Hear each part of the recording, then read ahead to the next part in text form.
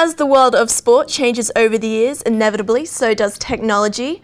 A major factor that has both an impact on many sports in the modern day, especially in the area of broadcasting. And one man who knows a lot about this is Marc Kapustin, CEO of Valem. How are you today, Marc? Oh, thank you very much. I'm very pleased to be with you. Valem is one of the key players in sports events of live transmissions in France. So what are you offering that other companies aren't? Well, as you said, the broadcast technology has changed a lot in the past few years. This is due mainly to the new technologies and the way, the fiber could really today replace or help, organizing transmission in a different way. What we offered in France was simply against all satellite transmission, we offer the all fiber transmissions solutions. We are one of the pioneers in organizing sports network in France, whereby we linked all the stadiums from our site in Paris with fiber. Meaning we set up a fiber network to all football stadiums from League 1 for League 2, and today also, for rugby. And why not tomorrow for, tennis, whatever you can name.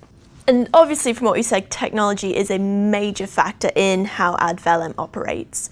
So what is the biggest development over the past few years that's changed the way you work? Well, again, what I say is that, thanks to new technologies and because of the customers' demands, the broadcast had to change for a simple reason. Yesterday, we're using the satellite transmission. You could offer only one or two signals to your customers. Today, everyone wants to be able to see a football match in a normal way, to follow just one player like we do today, for Formula 1 for cars. You want to see the race, but at the same time, you want to be able to follow only one, your favorite driver, for instance. And you can have both at the same time. You want to see when you are, for instance, today, we can go even further, when you are on the stadium, you want to see the match, but if you could see also, as everyone at home in front of his TV, you could see, the goal backed again, and to see what we call the ralenti, this just the slow motion of the goal again on your laptop or your smartphone. This is possible today thanks to the fiber technology, thanks to what the fiber offers to you.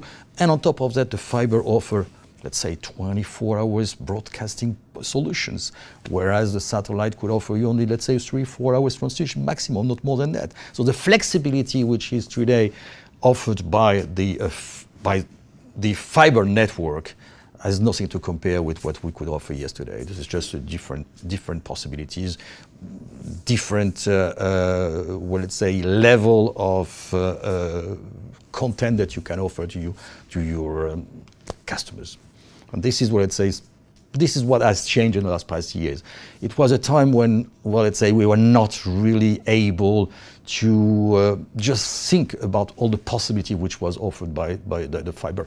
You just told me just a few minutes ago that you're coming from Australia. I can tell you that, we are transmitting today more or less 50 TV programs day long through fiber to Sydney every day. From Paris to Sydney, we transfer roughly about 50 TV programs through fiber, which was quite impossible yesterday. You were just we had to do everything, through satellite. But you know that, upstairs, as I used to say, it's, if we continue, launching satellites, we will have such traffic jam upstairs that we won't be able, to use satellite anymore. Thanks God, we've got the fiber solution today. Definitely. It is an incredible development. So with this in mind, are there any sporting events you're looking and focusing on coming up? Well, we focus, on most of them, but let's be clear. We have the chance to be one of the leaders in sports transmissions with two major customers, which are beIN Sport in France and Canal+. We were very happy to hear that Canal Plus won the new rights for the next 4 years, or the new rugby rights for the next 4 years. We are, let's say, we've got two main sports in France, which are, let's say, football and rugby. We are very, very happy because, again, since you are Australian, we are very happy because, let's say, we start broadcasting the Rugby World Cup this year in October. I mean, October and November. So we'll be part of the game, and we are very proud to be, again, let's say, really just behind this sport, which is just one of the most exclusive one in the world, after football, of course. It's incredible to see how the development of technology affects sporting events. It's been wonderful to speak to you today, Marc. Thank you very much. It's my pleasure.